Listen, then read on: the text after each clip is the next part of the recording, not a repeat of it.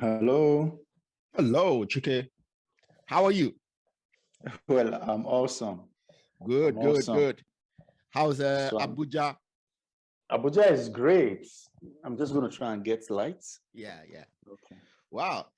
Tell me, see, in my primary school days in the first TAC, Lagos, I had a classmate, Az Okoli. Okoli. No, I don't know that name. Yeah, he used to live. We both lived on. It's called 22 Road. Yes. You know, First has those kind of names. Yes. Back then, can I remember? Our school was on 5th Avenue, 512 Road. Yes. Wow. That's it. This thing I'm telling you is like like 40 years ago. You know, I left primary school 39 years ago. Wow, I'm old. Yeah, that's a long time. It's old.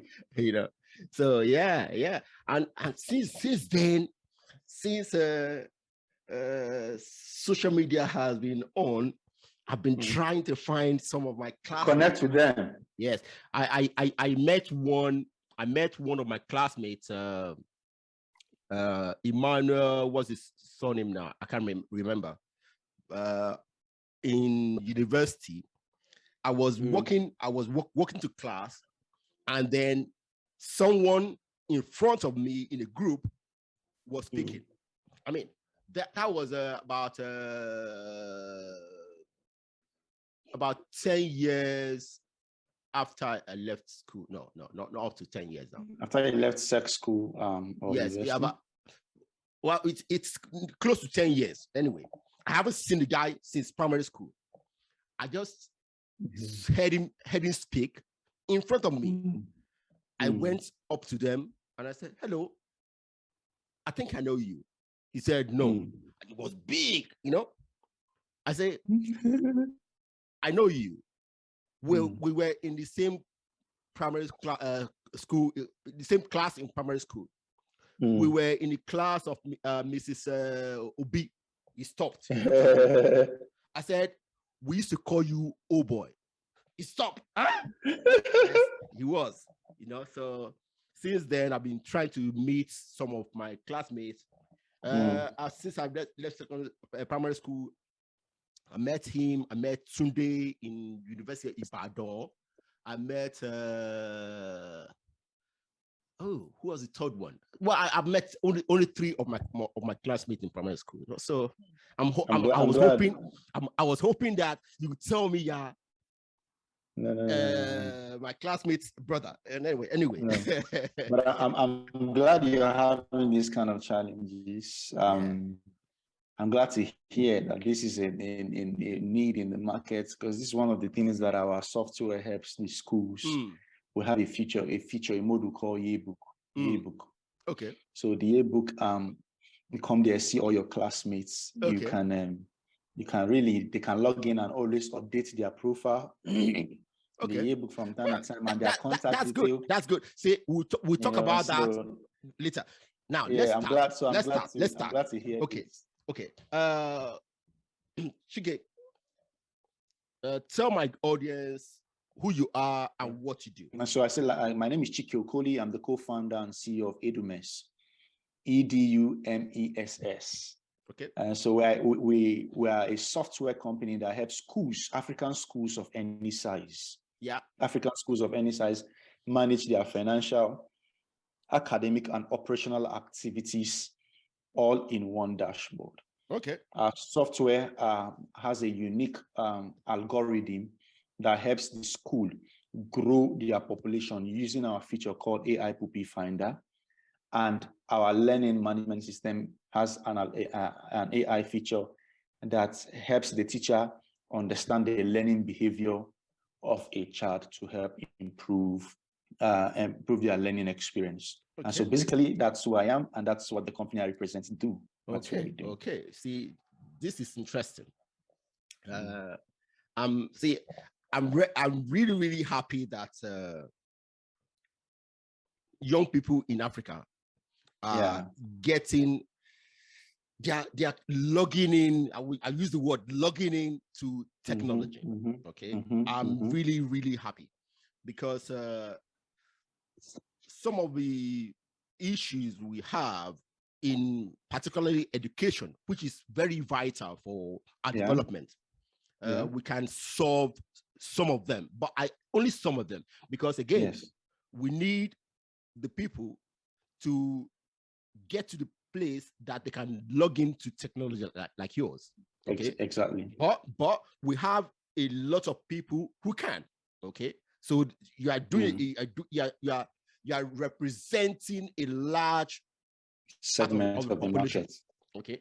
Now, see, I read in your profile that you are a young African who is interested in using technology to solve African problems. So that's exactly what you are doing. So tell me more about how this idea started and how you guys have been driving to make it possible. Well, thank you, Ken. I mean, it's been a long time coming, I would say. I think this is what a lot of people should know. Each time you see somebody pop up in the scene, he might have been at the background for more than 10 years. Yeah. You know, so one post got me viral and put my product in front of a lot of persons, but for years I've been behind the curtain. Yeah. So so when I was in university, I had a friend called Casey. His mother owned one of the big schools in Onitsha, Southeast Anambra State. So the name of the school is Learning Field International School. They have about, right now, they have about 3 schools. So I was in a campus close to, that's the city where the school is. Yeah. So it's like 2 kilometers. You were in UNN, yeah? No. I wasn't in. I was in a private school, Tansian University. Oh, okay. That's another story. After after I dropped out from 3 universities. Wow. I mean, 2. So that's my 3rd university. See, we'll talk about that. I want to get the story. I'm on here today, so we'll talk about. See, being an African is being born into challenges. Yeah. Being an African. So, but the beautiful part of it is that those little challenges are quick stepping stones. Thank you very much. I like that. Very quick ones. So, but when it's over you, it might look like the whole world is crumbling on you. Yeah. So don't forget, the darker the room, the easier it is for a candlelight to shine. Very good. Thank you, brother. So that's why, irrespective of how deep the challenges in Africa is, it's easier to shine in Africa than to shine in other parts of the world. Very true. I was in school, and so it's the same mindset. It's the same mindset. I was in school, and each time we resume, students complain of missing results. You know, results are not ready as at when due. Students need to go from one pillar to another pillar, from one office to another office to register courses. Chasing lecturers. Yes, to register courses, you know. So resumption is always the hardest part. Yeah. And getting results out is always the hardest part. So I woke up one day and so it's a Catholic university, the private one, built in memory of Reverend Father Tansi Iwene, the saints, canonized by Pope. So the owner of the school then was John Bosco Mosino, John Bosco Akam. He died last year or this year. So very intelligent man. So each time he took us philosophy of life, and each time he spoke, my heart, pumps. There were 2 lecturers that had such effects on me. Darren Clifford, he came on and I think it was part of his charity project or exchange program. He was taking us entrepreneurship. And so while he was teaching, he said something. He said, I hear and I believe and I agree with this. Why a lot of people listening to this might quarrel with me if you're from Africa, but this is just about the truth. He said, I hear there are millions of unemployed graduates in Nigeria. He said, but this is what I can tell you. There are millions of unemployed graduates who are waiting to be told what to do. Oh, yeah. So it hits me. They started murmuring, but it's true. Yeah. It's true. And that's what caught me. So that day I woke up, I said, I can solve this problem of this whole inconsistent registration system and inadequate result processing processes that we have in investing. Yeah. But the question will now be, how will I see the pro-chancellor? If you're familiar with the African structure. I went to school in Nigeria. All my schooling was in Nigeria. I know what you're talking about. So if you're familiar with the African structure, you can't even get access to some of your HOD. Yeah. You know, it's like a block. Yeah. Walls. And here am I. It's not even to see the VC is a problem. Talk more of seeing the pro-chancellor. And so I tried several times to no avail.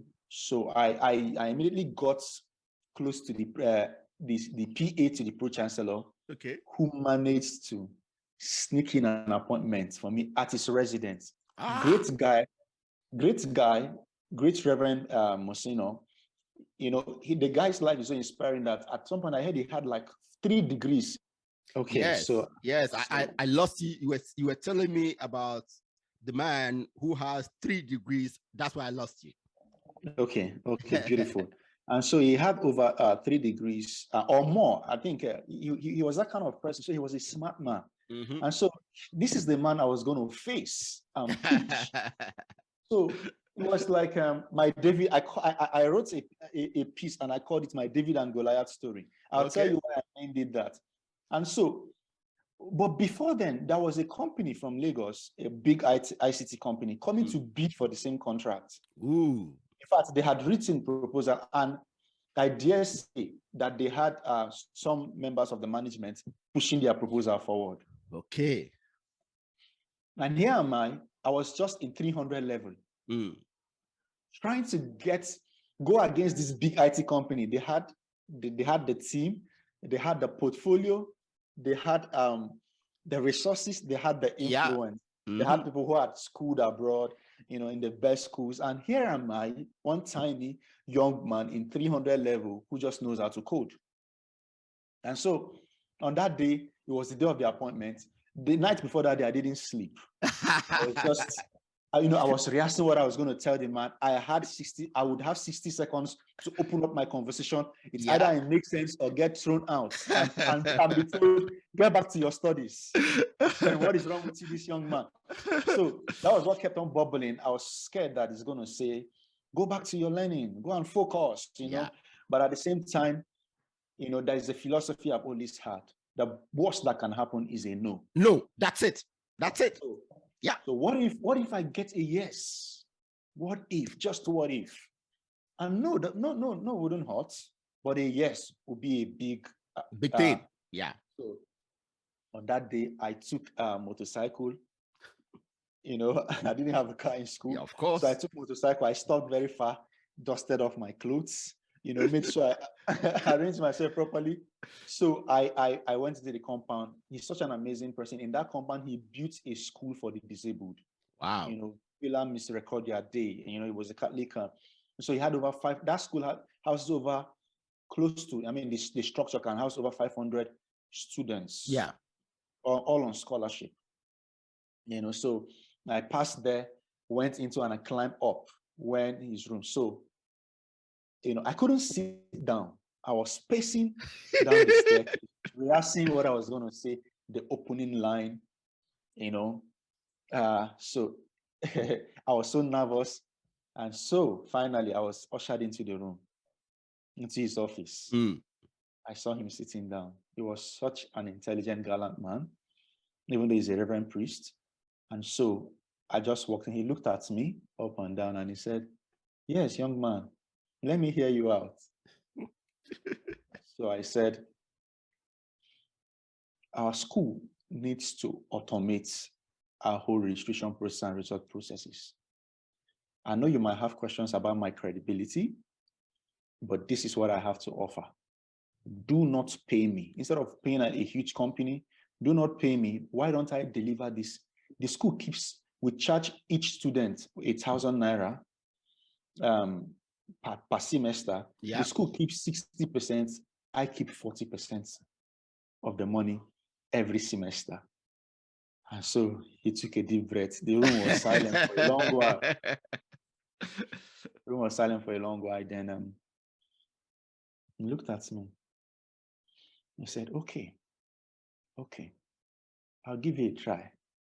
And he asked me to meet his PA, and so that he would give me all the necessary supports. And so that was how I was able to strike the first deal I had on a level. Then my friend Casey later took over the running of his mother's school. And when he did that, he needed technology to run. So I began to see that there is a market here. Yeah. Mm-hmm. So that's how I went on to build our first product called Active School. Wow. Of course, we folded up within 3 years. We couldn't access. I didn't understand how to build a startup. I just had passion. Of course, you're learning. You're learning. Yeah, I didn't understand what it means to validate a market. Of course, even though that was validated, but I couldn't segment my market. I didn't have no access to mentorship. It was so challenging that every day I thought to myself, no funding to raise the team. I coded, I went for sales, I came back, I did support, communicated to a couple of the friends I could, it was just, I didn't understand anything about building a tech. And we had 30 schools then, it grew, but we had some issues. Yeah. And I thought into throwing the towel. Then I went into consulting between 2017 when I closed it to upon the time we restarted EduMES. I did a couple of huge projects for the government, building large-scale enterprise applications for them. And it gave me some sort of cushioning and relief and money, so until then COVID came. Boom. Yeah. When the eyes of everybody opened up that this is a need. Yeah. And so we rode on that wave, and that's what gave room to EduMES that we have today. Very good. See, a lot of businesses folded because of COVID, including mine. Okay. A lot of people cried because of the difficulties that COVID caused all over the world. Okay. At the same time, a lot of new businesses came out of started because of COVID. Yes. Okay. So yes, for me, the lesson for me is that no matter what is going on, it creates opportunities for people who are ready. Yeah. You were ready. Okay. Yeah. You before the COVID started, you have done some validation of your thinking, your marketing, and then when the opportunity came along, you grabbed it. Yeah. And that's fantastic. That is fantastic. So you were talking about you going to multiple universities. I tell you, a lot of my audience are young people. Okay. Yeah. And many young people tend to think what is going on to them is unique. Okay. I tell my daughters, there is nothing happening to you that is unique. It has happened to other people. Yeah. Okay. Good. So use your own experience, your life experience, to share that story, why you had to go to multiple universities. Okay. So before then, I'll backtrack a little bit. Okay. We can understand. Yeah. So I'm a man that has known failure for journeying in Africa. So I think one of the things it's helped me do is to understand how to help younger people as well. Yeah. So in my secondary school, I failed twice in JSS2 and SS2. So, but I noticed that each time I failed, I came top of the class. So the issue was after you fail. Yeah, each time I fail, I came top of the class. What it does is it arms me very well. Yeah. And it made me more focused. It made it very easy for me to analyze the situations properly. Okay. And so when I left university, we are 7 in my family, and I'm the 7th. Ooh, okay. And I'm the 7th. So, and I happen to be the only tech or science person that did science-related courses in secondary school. Okay. And so for those of you who aren't familiar with what we call secondary school, I think that's secondary K8, school. K8 to K12. Yeah. Yeah, or thereabouts. So yeah. So when I left, everybody in my house saw the courses they never did through me. At some point, they wanted me to do medicine. At some point, though, my elder brother will come. African family, you respect your elder one. Sometimes that respect can become controlling if the family do not understand how to define those boundaries. Yeah. Sometimes they came and said it's marine engineering. At some point they said it was petrochemical. So I didn't have the desire to choose what I wanted to do. Yeah, many of us didn't have.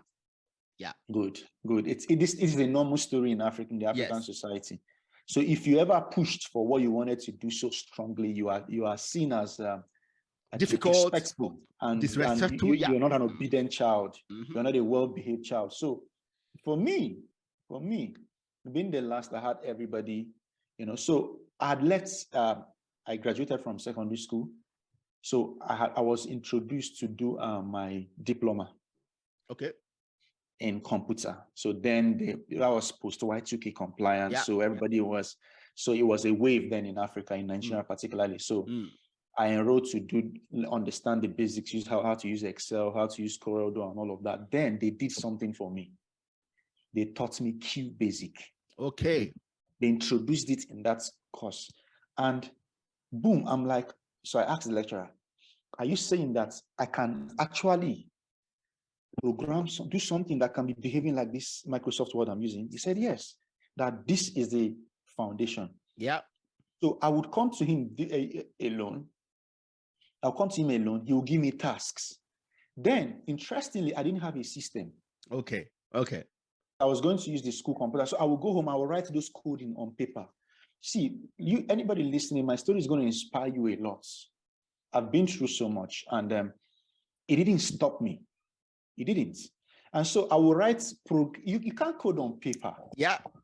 So because you need to get validation from the system. Yes, and the school had a badge. So my session was from 9 o'clock in the morning to 12 o'clock. So another set will come to 2, another to 3, and that set will come by 6 p.m. So I will just hang around the school. And then I will now come and run those codes. Oftentimes I will see bug. So that's QBasic was teaching me conditional thinking. Then, boom, I fell in love with coding. Wow. And I wanted to now study computer science. So by then I had gotten admission in University of Ibadan to study petroleum engineering because I had done well in JAMB.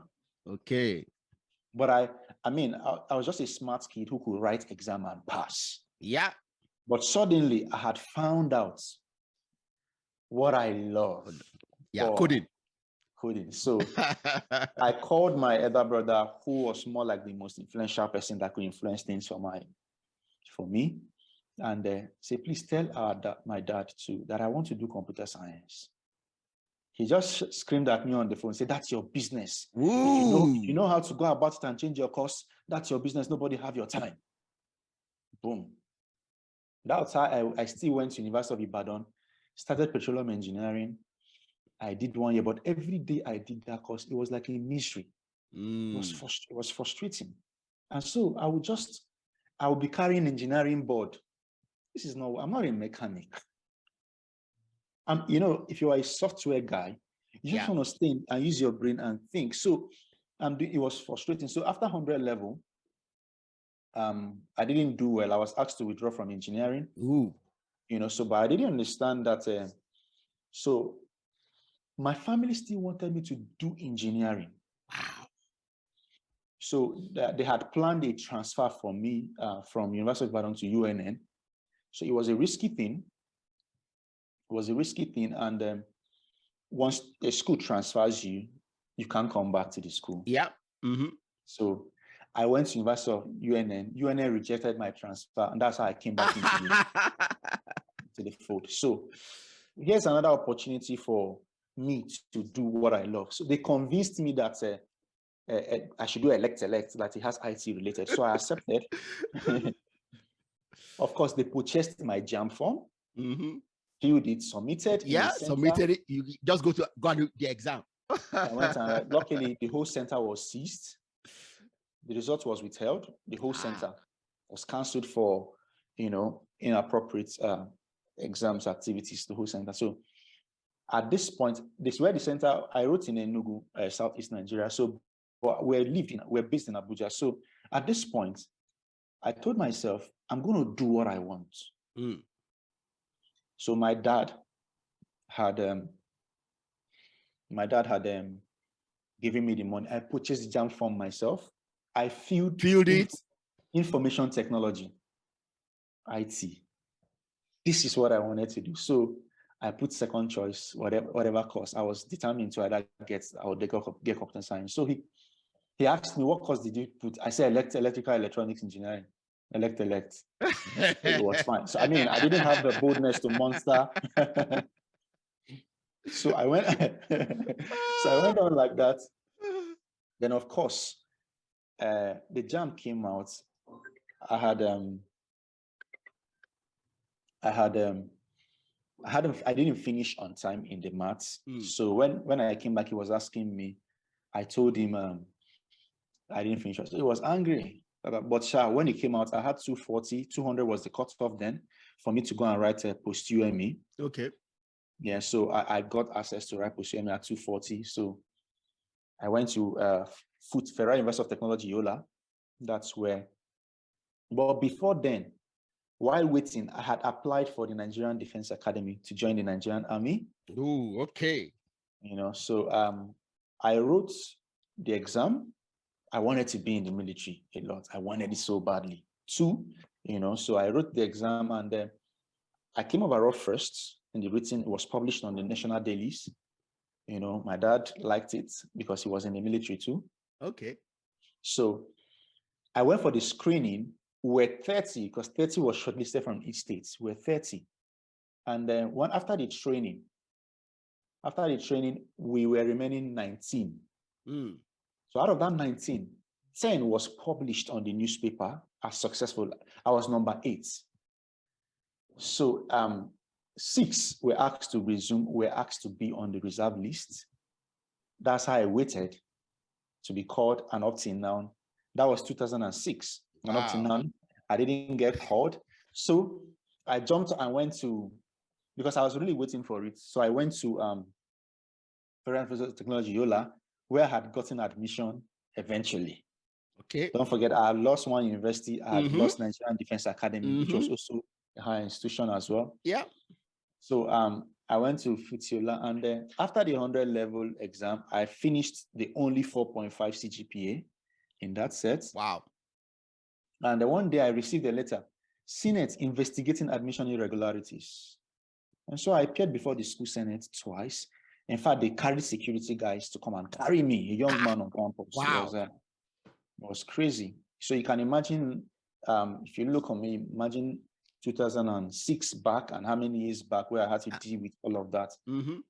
So they carried me to the Senate. They carried me to the school security, and I'm like, why are you carrying me? They said I should tell them how I got my admission. I said I applied and I came. The whole story wasn't clear. What was the issue? Is the rumors I heard. I repeat, rumors was that the VC then and the registrar then were having issues. I think somehow I was on the registrars. I don't know how it all happened, but I just hearing rumors up to now, and I don't have details. So yeah. So I don't drag other people into stories. But just leave that one. Let it. So so finally, though, they asked me I was in 200 level. They asked me to withdraw. Wow. And go and reapply. Hold on. See, yeah. this is the issue. This is the issue I have with the way we deal with things. Yeah. Okay. Let's this say guy is the best student. Yeah, exactly. Let's say, according to them, admission process wasn't properly done. Yeah, but then when you came to the school and you have proved by your results that and by you my are a smart person. Yes. And yet, they still ask me to. So these are the issues I have with the way we deal with things. Okay, so at this point, when I was asked to withdraw, it was already 2007. I had lost 4 years already. Yeah. Going from University of Ibadan. Yeah. So my mates in UI were already in final year. Yeah. Wow. Wow. So it was at that point, but I don't know, somehow I read books a lot. So it didn't depress me. It didn't. That's very good. That is very, very, very good. I didn't lose my positive attitude. I didn't. So that's how I reapplied. I wrote JAMB again, did very well. Went for a post-UME in that same Federal University of Technology, Yola. The result was released. I had about 63 over 100. I came second in that faculty. But I was not given admission. Based on the previous issue? Whatever it was, some guy called me on phone one day that they saw that I did very well, that they can help me facilitate my admission. I said, if it's not going to go well, I don't want to talk to anybody. So that's how they didn't give me admission. So my dad said, okay, put a call through to his friend who was the VC of one university then in Enugu. It's a private university owned by, so I don't want to call names. Then he gave me a note. I went to him. I got into that. It was a private school. So I met requirements. So I didn't like the university environment. Yeah. It was restrictive. And so my cousin called me that they do my course in Tansian University. When I landed Tansian University, though it was a small school, but it helped me bring out my potential. Yeah. The first one I landed, I looked at the school, the length and breadth of the school. And I'm like, it was like the size of my faculty. Yeah, that's a small university. That's it. So there and then they gave me admission. Looking at my documents, it was complete. They gave me, this was already January. They had resumed since September. Wow. And of course, I did very well academically, and I finished top of the faculty. Fantastic. So yeah. So it's been wow.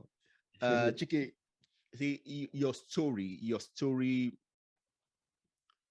A lot of young people in Nigeria, they don't have exactly your journey, but they have something similar. Yeah. Okay.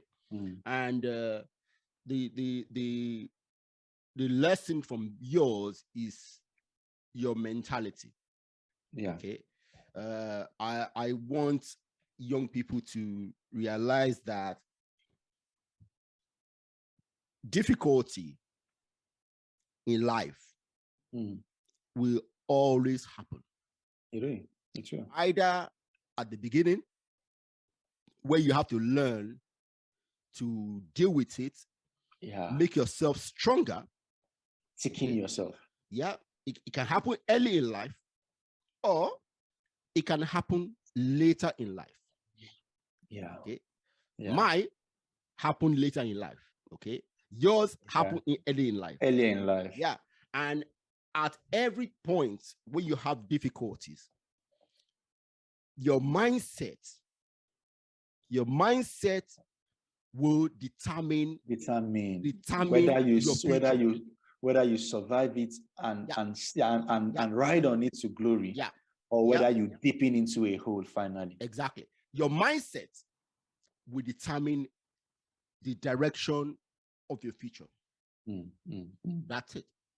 Yeah. Thank you very much for your story. Okay. Thank you very much. Thank you. Yeah. I read a powerful post in your I knew you were going to get to that. Yes. You commented on it. You said I did. Very good. I did. Where you encourage people to show their vulnerability. Okay. It's powerful, but it's also very controversial. Okay. Why do you encourage people to show their vulnerability? Okay. Thank you for this brilliant question. And I knew you were going to come to this. Yes, because I commented on it. Yeah, you said, well, this is brilliant. You said, but it's also debatable. How do you, I think you say it's controversial or debatable. So, yes. The point is, at the end of the day, is every human being has something he battles with. Yeah. And let me explain this. This can free your mind. This can help you become the original source, the secret source, to give you the freedom to fly as far as you can. Everyone has.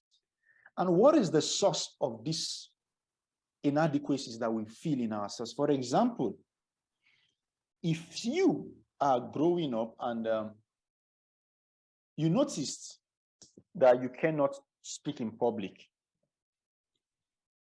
and in your school, when you get to primary school, when you get to high school, everybody is telling you people who don't talk in public, they are the best breed. You wouldn't see it like something wrong. Yeah, okay. But because society made it look like those who are able to speak out are the best, automatically your wiring tells you you are deficient. You are deficient. Okay. In other words, God didn't make anybody with deficiency. Okay. Society defined it. Okay. Everything we call deficiency is somebody's hidden strengths. Okay. I've seen people who say, everybody complain about, say you talk too much. Everywhere you want to talk, you want to speak up. But I've also seen those people become the force that help pull down oppressions in the society. Okay. Because they are outspoken. Okay. But sometimes they are growing up, everybody will be saying, why don't you be like this one that is always gentle? So on the other side, that one that is always gentle, somewhere he's hiding, saying, hi, I like how bold this person is. As a matter of fact, that is what we call vulnerability. That's what we call weakness. Now, I'm saying, define what you can change. Define who you are. Okay. And say, this is who I am, and this is how I'm going to be. In other words, I do not have to know everything. If what you're saying, I don't know it, I say I don't know. If this is how I'm wired to speak up,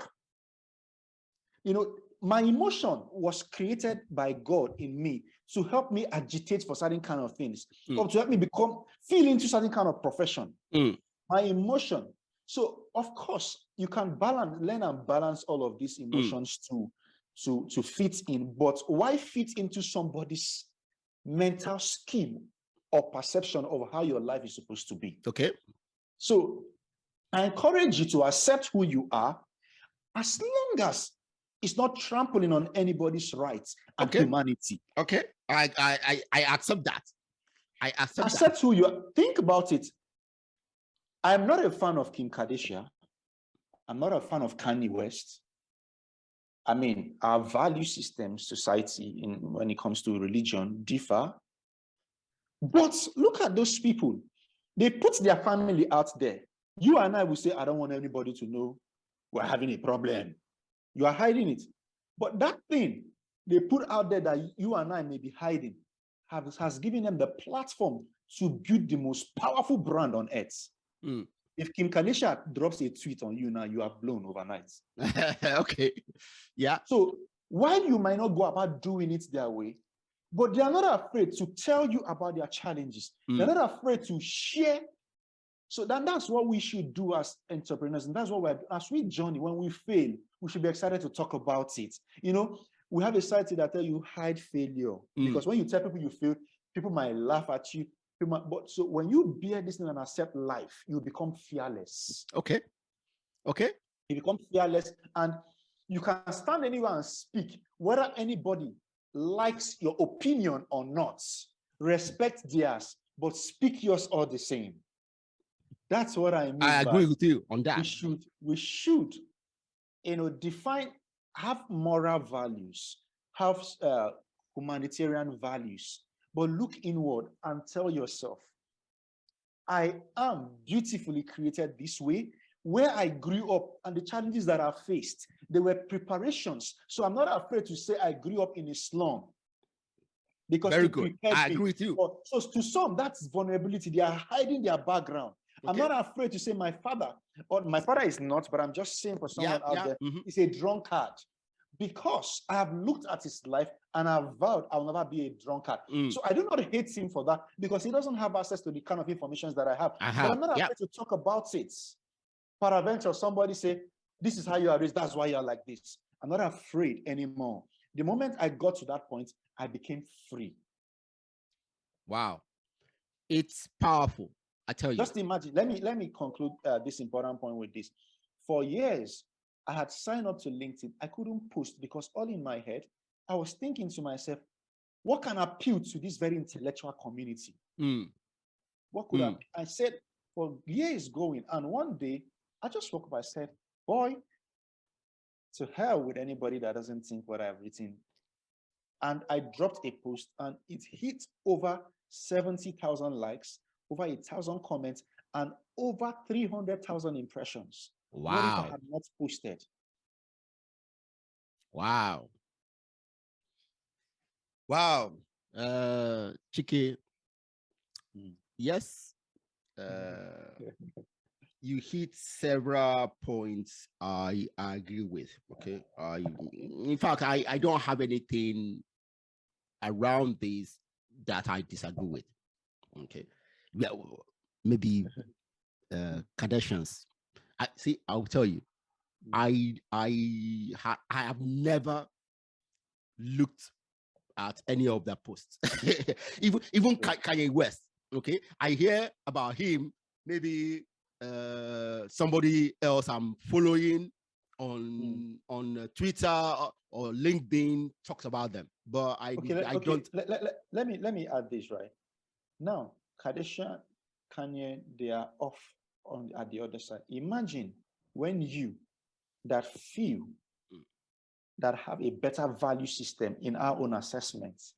Imagine when we begin to speak up in that light. Yeah. But have you also noticed that those who do the wrong things and leave back footprints that do not leave good models for our younger ones? Yeah. They somehow are the most outspoken in the society. Yeah. Why those of us who in our own assessments have good value system, we shrink, peradventure we are criticized. That's true. So leave the examples, like I said, but don't think about it. What if? Yeah. Those of us who have good ethics and value system. I do agree with you in that effect. I do agree with you that it doesn't matter what you think, especially in this era, okay, where we all from different backgrounds need to start speaking up. Yeah. Okay. I want everyone to speak up. But this is the only the only issue I have with everything going on around the world right now, both in the West and in Africa. Okay. When someone who has a different opinion, from the conventional orthodoxy, okay, yes, say something, everybody will gang up and to stone them, cyberbully the person, bash the person right, left, and center. Yeah, that is one thing I detest. Yeah, the word doesn't, and that's the point. So what you're saying now, a lot of people are now scared of that, and they've gone into their shell. Yes.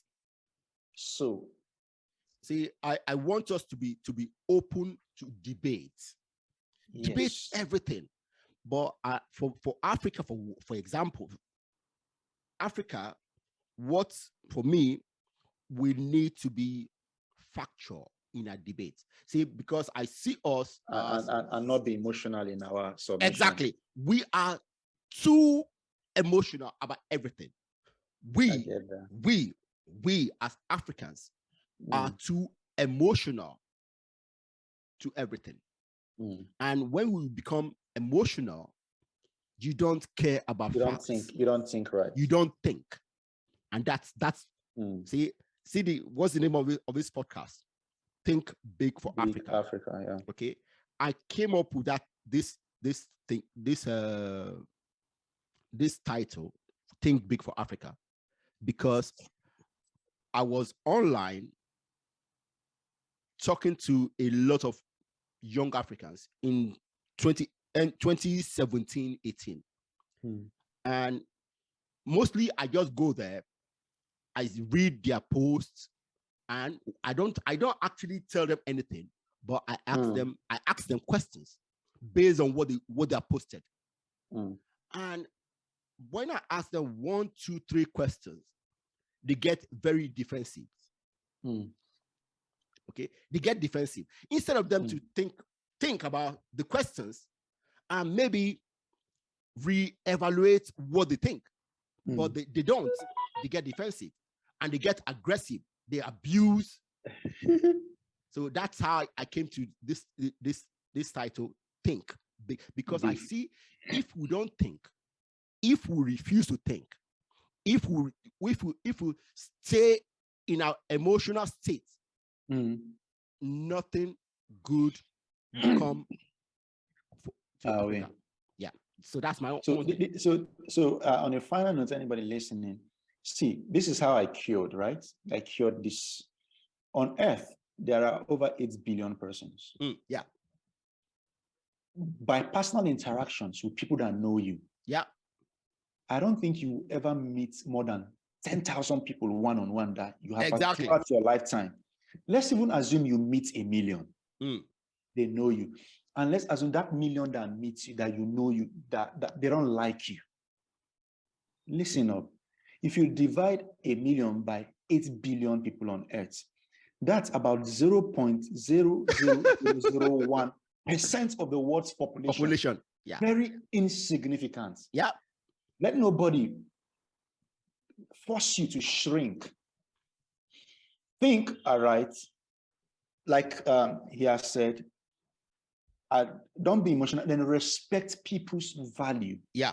Another reason that, I mean, I grew up as the 7th, and growing up, everybody had told me what they wanted me to do. So I hated telling people what to do or forcing people to do. I hate it. Yeah. Like each time I see it, I see what I hated. So can you be you? Let everyone be them. Offer recommendations, offer advices. We should also be open to receive feedbacks and quality feedbacks based on data, based on facts, based on humanity. Yeah. But when people fail to receive your opinion or do not respect them, respect them is very important. Yeah.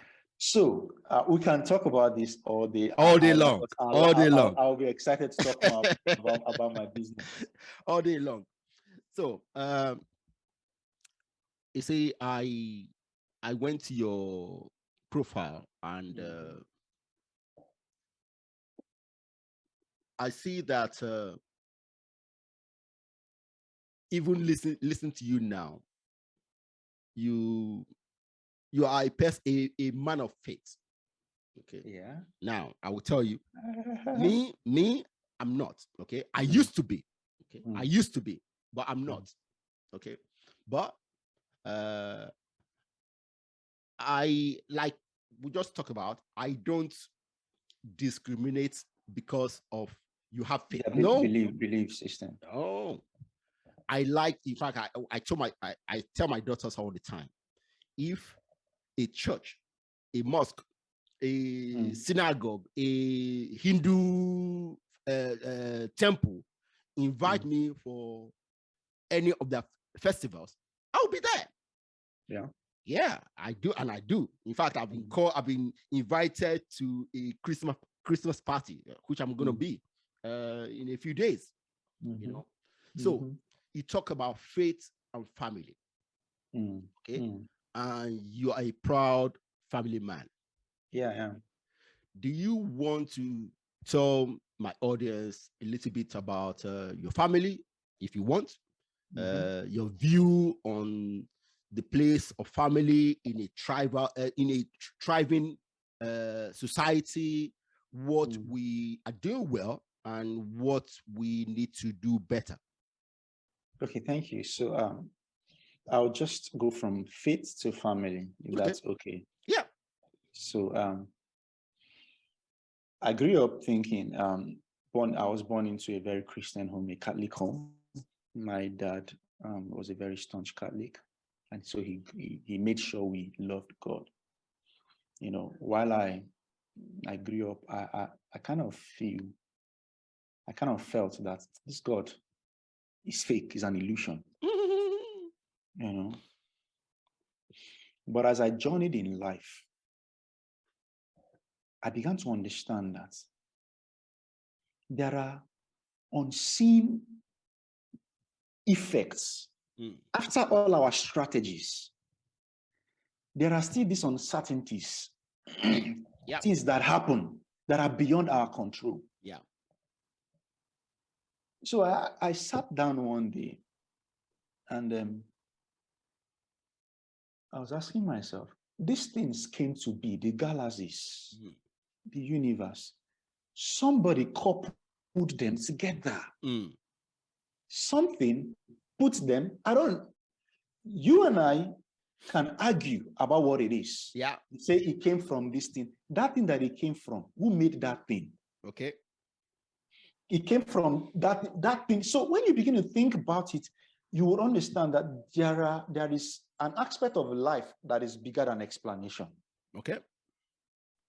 And so I began to study these leaders, religious leaders, and I found that truly a lot of them left good value systems, business principles, success principles that so growing up, I began to study, I was penning down things, Bible wisdoms for business success. Yeah. There is literally no business principle you wouldn't find in the Bible. There's literally none. Okay. If you name any now, my head can remember. For example, delegation. Moses delegated. Yeah.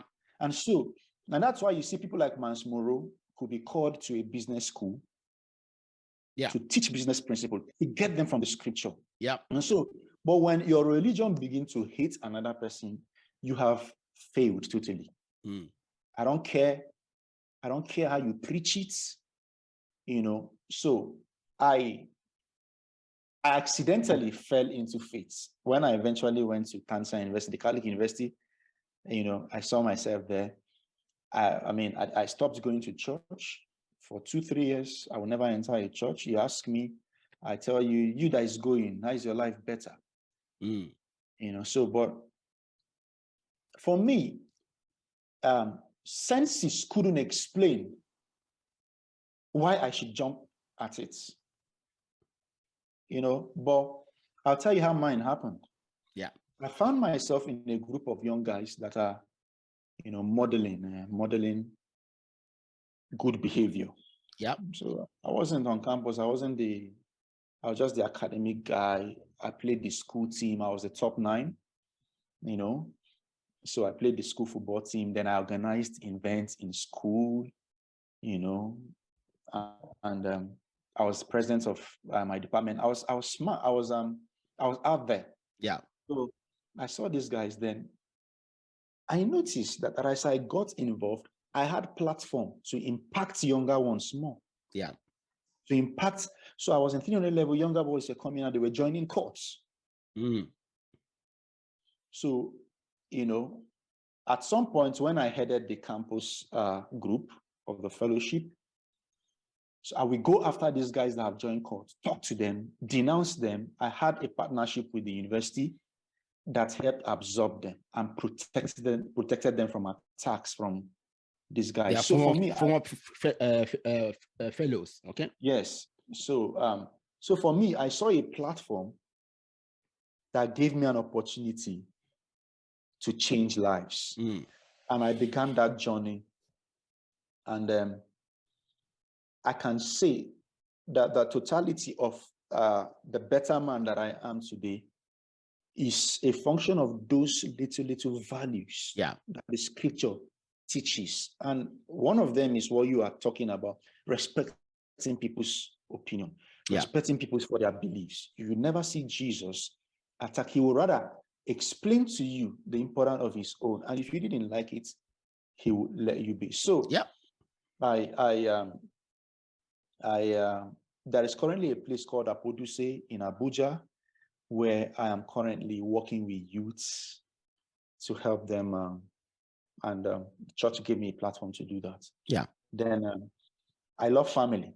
Yeah, I do too. Family. I believe family is everything. Everything. If we're going to have a sane society, it's going to begin with the family. Yeah. In fact, my belief in family is so strong that if I share it, which I'm going to share, you might think is extreme. I see the man in the family as the captain of the ship, and regardless, it should be the last. Don't always leave the ship, no matter what. No matter what. In the military, if a captain is driving and the ship is sinking and he jumps out, he will be court-martialed. Of course. Yep. So this is, first of all, is my foundation. I have a mentor, Dr. David Obueli, who models marriage and has taught us the principles that, has made mine quite successful. So I've heard this thing over and over in America, that absent fatherhood is the real reason why you have the blacks in America end up in prison repeatedly. And it's like a system, it's like a system that repeats this thing. And when I hear somebody like Candace Owen, I don't know if you know her. Oh yeah, I do.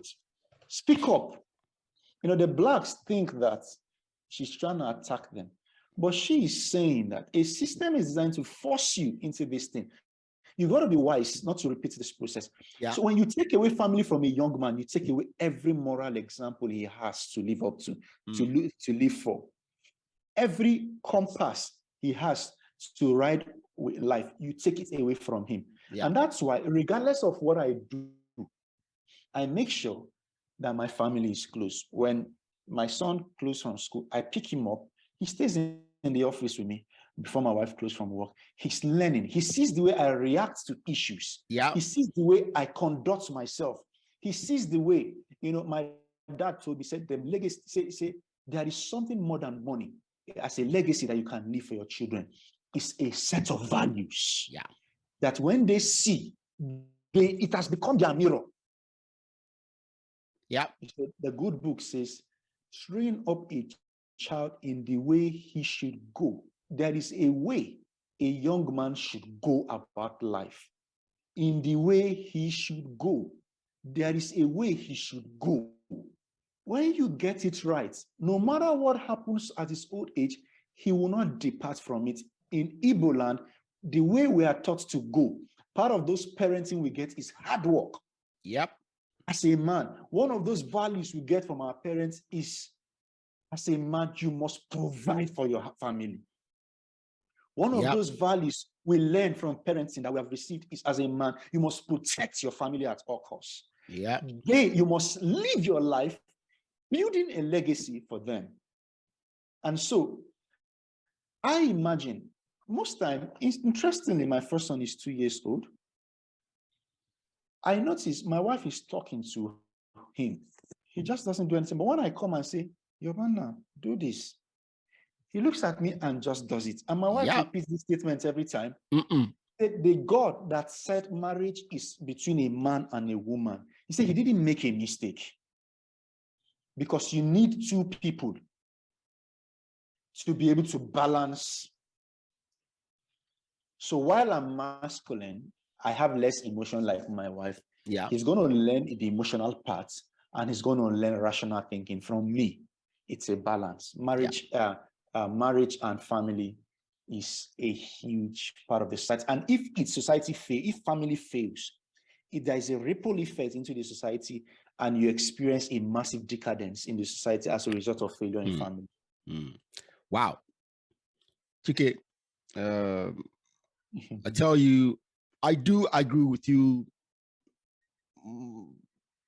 Everything. Okay. You say now, it like that. I'm not talking about the faith. I'm talking about the family. Okay. I agree with you basically everything. Okay. See, when I talk on LinkedIn, certain people think so when I talk, people think I'm pro-Europe. I'm not. Okay. At the same time, I'm not anti-Europe. So I'm not pro or anti anything. Okay. Now, I'm pro family. Good. Okay. In fact, I'm pro extended family. I grew up with a lot of cousins, aunties, you know. I know basically my cousins, first cousins, second cousins, third cousins. You know, I love to mingle with my family. You know, and interestingly, we are everywhere. Okay, from Nigeria to Europe to America to Canada. You know, I'm very pro family. Unfortunately, the world is when I say not the world, but the value system in Europe, in the Western world, doesn't look like it's pro family. Okay, and that's something I think we in Africa need to be conscious of. Okay, because I see those anti-family ideologies spreading, and I think we need to be conscious of it. Like you said, the foundation of society is family. And if we lose our family upbringing, we lose the society, and we need to be conscious of it. You know? Yeah. Chike, now you did mention something about mentorship, that the church gives you a platform to mentor young people. Tell me about that. Okay, so Africa has a lot of problems. Yeah. So, and that makes Africa beautiful.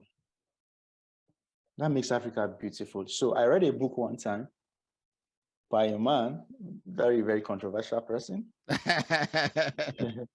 Sunday Adelaja. Okay.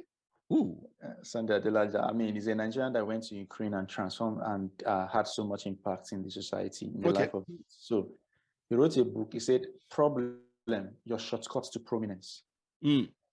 So he wrote another book, "I'm looking for problem." So I kind of read all of them, and I'm excited each time I see problems. Yeah, in Africa. So there was time I ran a script, telling people to document their daily problems. that if you document, I'll pay you 1,000 naira. Wow. I wanted to, yes, if you can solve problem, you are rich. Entrepreneur. So my question would be, boy, is that a huge problem available that a lot of people have that I'd like to solve? So, but look at it. What's the difference between me and these people?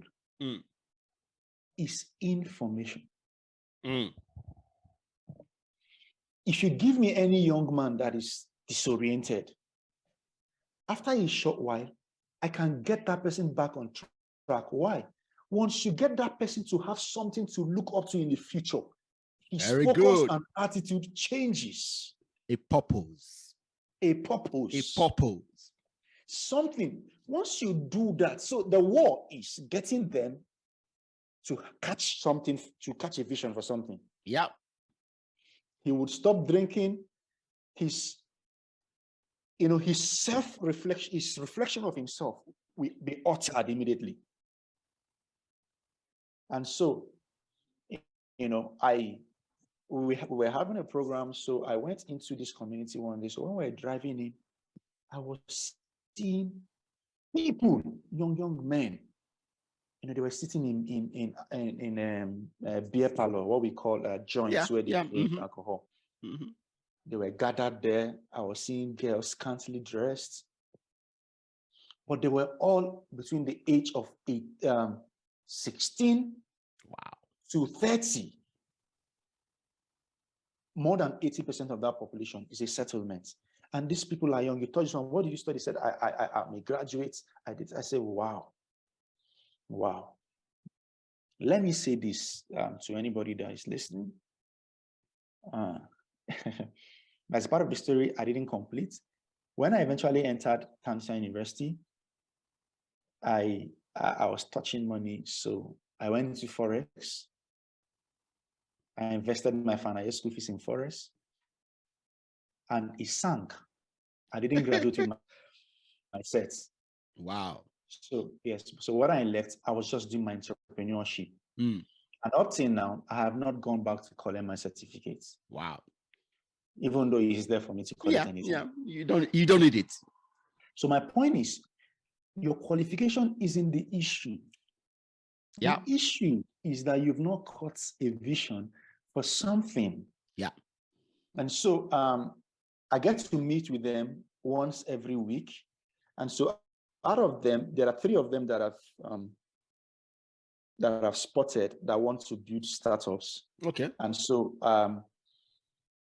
so I'm currently doing a one-on-one accelerator program for them. Okay. Yes. Then others, what we do, we are at the stage of doing mindset. I started it in February this year. And we have had one-on-one contact with over 80 of them, trying to change the way they think and get them back aligned into the life's vision. Wow. My brother, I'll tell you, this work will expand your reach to individuals and communities. Okay. If you are able to reach these young people and they buy into your mentality, your work ethics, they also will go out to reach other young people. And it will become a revolution eventually. That's it. See, that's why I encourage young people who have the means. The means for me is not about money. The means, first of all, is the mindset. Okay.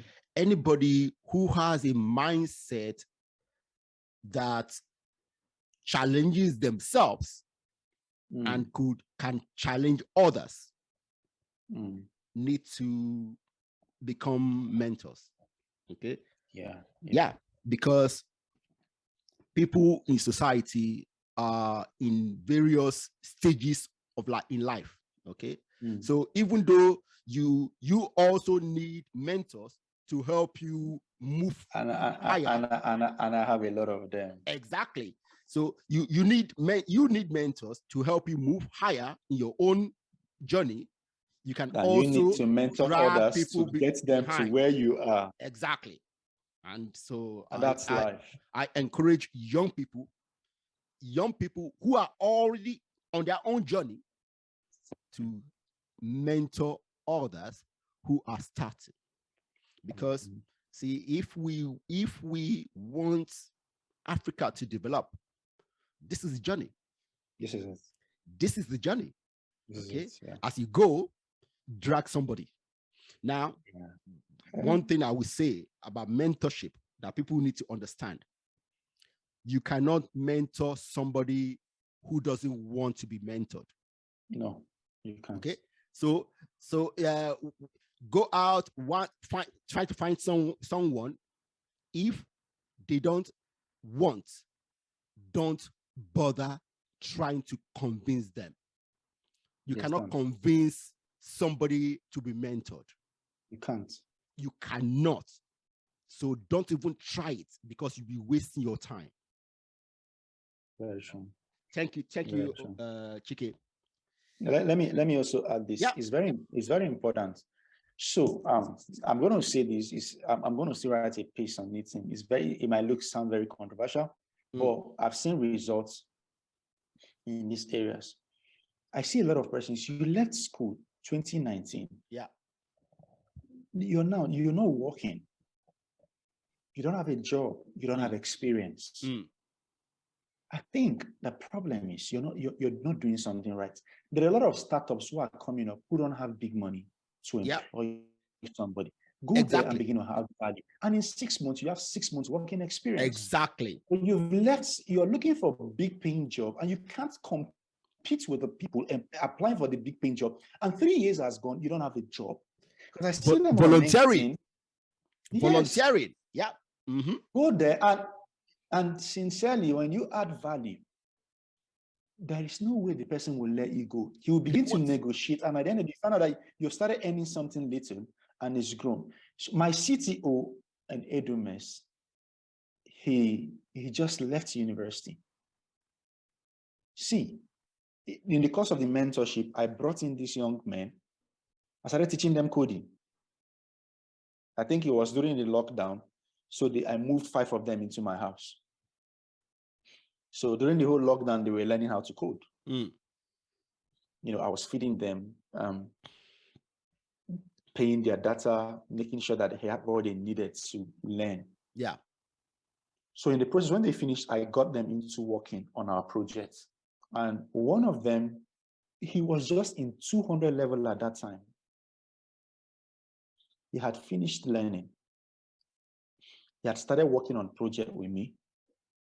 And after a while, my engagement became so intense that I could no longer sit down and code much. Yeah. And I got him involved in the project and started paying him little by little. Yeah. He took interest and owned the project. Wow. We trained a couple of other young persons. He is now leading them. He understands and fantastic. Within the past 1 year and 6 months, I haven't sat down to write any code on the EduMES software. This young man and his team, this guy is currently, so what I did eventually was to offer him equity. So he doesn't just only earn salary, he has a stake in the future. Fantastic. I love this. See, that's it. Not only are you mentoring people, you are building a community of smart minds. Yes, very well. Wow. So, what's your biggest concern about Africa's development in the 21st century? Why is it a concern to you, and do you have any advice or solutions for them? Yeah, Africa is a smart. I make bold to say if when Africa gets it right, there is no other continent in the world that can match up to what we can offer. The biggest problem for Africa, a lot of persons have said it, is leadership. Okay. Having the right people in the right position to create the right atmosphere for the right things to thrive. See, you and I can do it. Imagine what we are doing with no support. In Nigeria, as a young man running startup without funding yet, so we are raising our first seed round of funding right now. We have validated our product in the market. We have 18,000 students and we've got massive revenue already. Now imagine what we're doing. You have to struggle to cater for your own electricity. Yeah. By aside paying hugely for the government electricity that you don't get. Yeah. There are some points when I started out, I had to carry my laptop, look for the nearby hotel, buy food there so that I can be allowed to plug my laptop in their sockets and get this thing done timely without making excuses. Why? Because there is no electricity, and you wouldn't give people that have the power to produce electricity little by little in communities to get into this thing. Imagine that when now I have money to buy fuel. I cannot find fuel to buy and fuel my generator to power electricity. I have to queue for hours. This is the struggle that we deal with every day. Now, when I have data, I have to provide my internet, which is okay, but I pay for internet. The quality of network is bad. My question is, who gave that license? Why is it that when this network go to Canada, the network becomes perfect? Once it enters Africa, it begins to have a problem. Who created that atmosphere to make these people think that once they come into Nigeria, into Africa, anything can go? Who sat down at the table and negotiated these terms to the disadvantage of the people in Africa? And so what you see is a mass exodus of people who have tried to make changes here and it's not working. They go to a better environment. So my point is, with the right people in leadership, you find out that this massive talent in Africa, we can harness it and turn it into a gold mine. My recommendation is this. Let's not shy away from political issues. Let's not shy away from political offices. Let's not leave it for the touts that can bulldoze everybody into and get themselves into power. Let's resist every form, every attempt to put incompetent people into office in Africa. We must be enough. Gone are the days when we sit back and say, what's my business? And so imagine in my country, I pay for servers. And within 6 months, my server cost went up by 200%. Oh my God. Because I need to exchange my Naira for dollar. Yeah. And, well, I could go on and on. I just don't want to. Yes. See, what you just explained is that the best leaders do not aspire for political leadership. Yes. Okay. And in our country, we have allowed low quality people to get into political office. And therefore, everything has been going backwards. So it's essential for the best leaders to step up, rethink and step up. Yeah. Okay.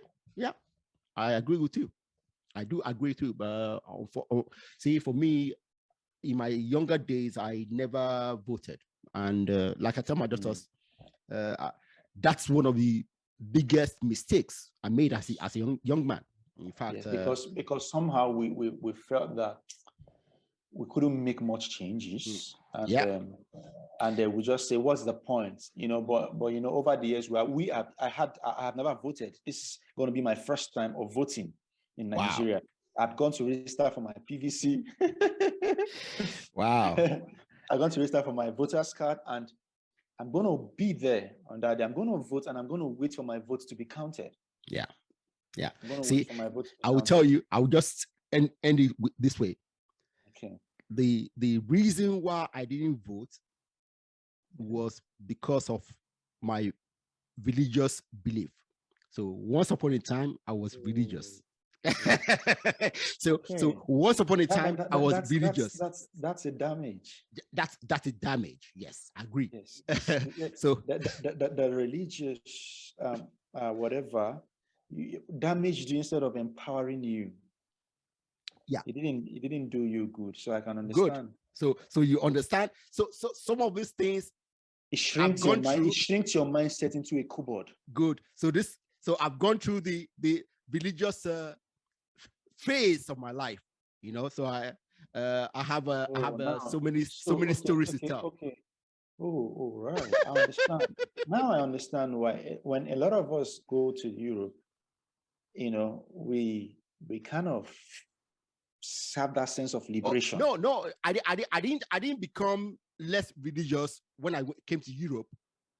I got less religious while I was still in Nigeria. Okay. So my story is different. So one day I will talk about it. That's beautiful. Okay. So what's your advice for young Africans to help them contribute their little quota to the community? I know we have talked about it a little bit, but give young people something to work on so that they can contribute to their community. Okay, thank you. Just a quick one. Find something and bury yourself into. Find a cause. Find a purpose. Bury yourself into it early enough. It doesn't. Your education is not the issue. It is your willingness to learn something. If you give yourself, if you give 6 months to yourself into learning something new, you would have a skill. So when I meet young men, I talk to them. I ask you, do you have a skill? You said no. Some I meet, do you have a skill? They say yes. But they're not making money, but they have a skill. This one doesn't have a skill. It's simple. If you don't have a skill, go and learn a skill. Money is an exchange for value rendered. Yeah. If you're not rendering any value, you won't get any money. Don't expect money. Yeah. Find something, and it's very easy. There are skills, high-paying skills you can learn in 3 months. Now, if you've learned a skill and you don't have something, money, job, you probably graduated from your learning rope early. Go find a mentor and follow that mentor. Don't look for money. You know what's going to happen after a while? The mentor will get so busy that he will start pushing you to do those jobs. Yeah. And what are you doing? You're building your network as well. After a while, there are jobs your mentor will stop collecting. He will start passing to you. Don't wake up one day and think that you're just going to become Dangote overnight. So in other words, in summary, learn a skill. If you have a skill, you're not earning money, go work with someone that is doing well. Give yourself to it, and after a while, you will be established. In a nutshell, be teachable at every stage of your life. Very good. I have a mentor. I have mentors today, and I have people that see. My greatest strength is in being able to be vulnerable. Yeah. And I keep saying that. Being able to reach out to you and say, I'm trying to do this, I'm lost. I don't know how to go about it. And so when we're building our marketing team, even though I've done sales, but I had to learn the organizational approach to doing sales and building a sales team. I reached out to people. I cold message them. When you're feeling like closing the startup, get expert opinions. There are people who have gone through your challenges. Talk to them. At the end of the day, people who constituted my board advisors at EduMES were people I reached out at the early stage when I was having challenges. A few of them took interest and they've been advising, and I make sure that I get on call with them weekly, monthly. This is what I'm doing. What do you think? And so I give them my strong arguments. They give me their strong disagreements.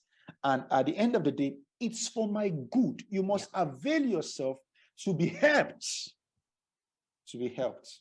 I've seen some people, they don't have anything they are doing, but you can't even help them. Like you're saying, they must be willing to be mentored. You can't help them because you're not doing well. Why don't you just drop some of those things you think is right and learn from somebody who has results, even if you think what he's telling you is foolish? Yes. Just do it and see. Just try it. Yeah. There's a guy that I learned marketing from a lot, Richard Bronson. He said, if he registers with a mentor that he has a philosophy, because the mentor said it, I'm going to do it. Yes. So you don't go to a doctor and doctor say, you're going to take Panadol to cure your headache. You say, no, doctor, I can't take Panadol. I'm going to take water. Why did you go to a doctor in the first place? Exactly. So take water. Interesting. Oh, Chike, wow. We are nearly at the end. Yeah. Now, this is my last question to all my guests. Okay. Chike, looking back, sit back and look at the future. Future 20, 30 years from now. 30 years. What's your vision for Africa in 30 years' time? I see Africa leading at the forefront of development. I see Africa emancipated mentally, systematically. And I see the right people who are going to sit down at the helm of affairs and negotiate the conditions of Africa before the global community. I see smart leaders who are not going to be fooled with papers that some other nations have presented to them that look like they are doing us a favor. And in turn, they are taking things for us. I see leaders who sit down at this negotiation table and were able to dictate the subtle approach with which the future of Africa is being mortgaged, and they will negotiate it effectively and give the whole continent legacies and structures, systems that will protect us and become the yardsticks for successive developments for the next generation. I see the right leaders doing the right thing, and I see the world looking back to Africa for support. They are looking up to us now for the talents. We are moving, but I see them moving to Africa gradually. And that's why I believe in Africa so much. I do too. I can tell. Chike, thank you very much for being a fantastic guest. Thank you. Wow. And your story, your journey is something that every young person should listen to. And aspire to be like you, because you are going somewhere.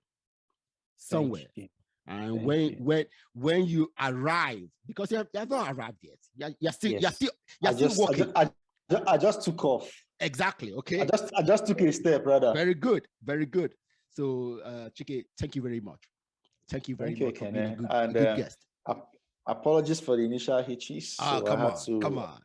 I and my team, we had to meet in my co-founder's house to trash out the next year.